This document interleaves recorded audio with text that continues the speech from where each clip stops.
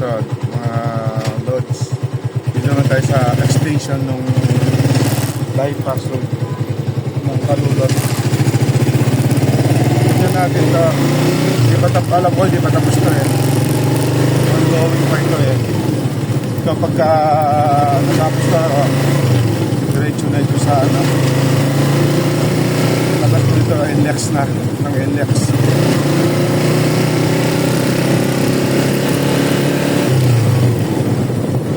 Ongoing pa ito eh.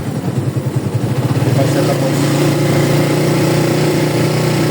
Tingnan natin kung hanggang saan yung ano niya, natapos na yung nagawa na nila. So pag natapos na, maganda nga nito sa mga bibiyahe, iwas na sila dyan sa may Kalulot na Palikuan. Sobrang traffic dyan, Kalods. Ito, maginawa pagka natapos na ito nila ito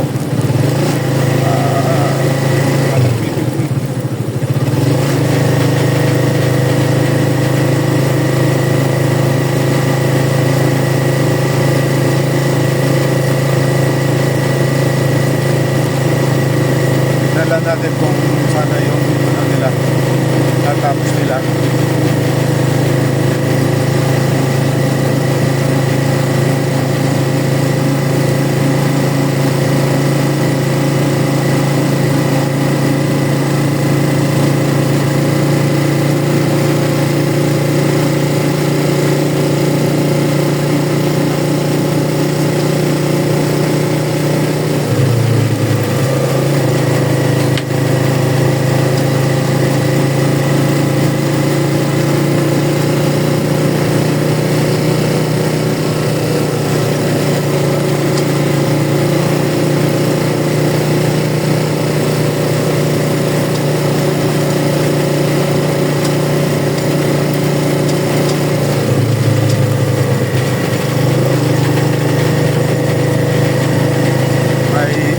Sa gitna, di ba natatanggal?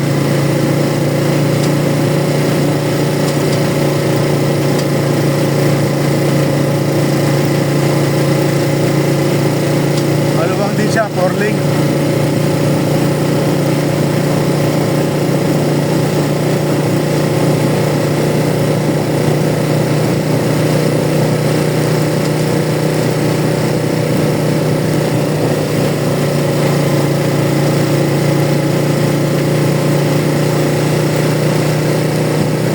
Nabuksan nito, giginawa na yung mga nabiyahe dyan hanggang NLEX.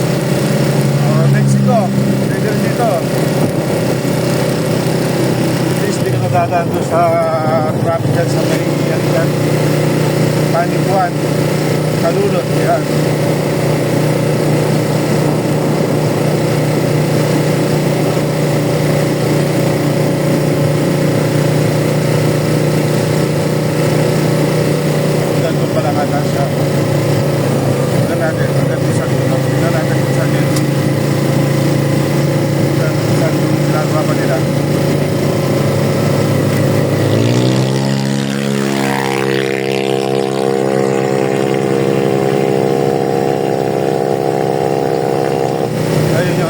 Global Plaza.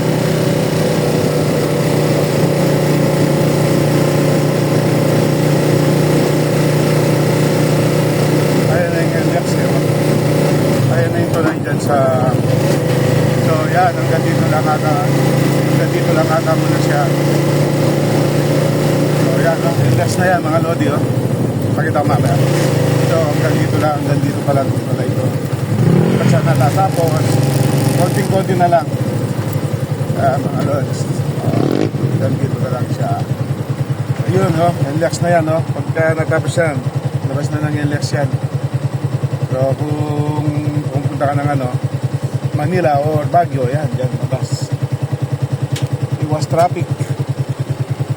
Dali na. So hanggang dyan na lang dyan pa lang siya, hindi pa siya tapos. Thank you po.